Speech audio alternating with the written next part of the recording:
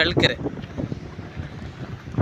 ಆಕಾಶ road attach, pure red soil ಇದೆ.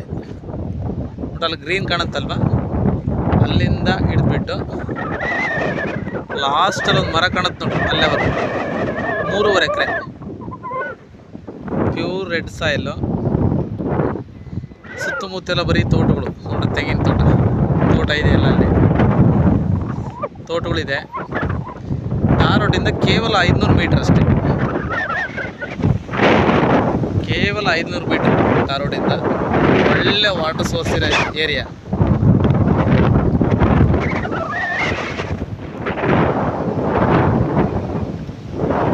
Red soil ಇದೆ,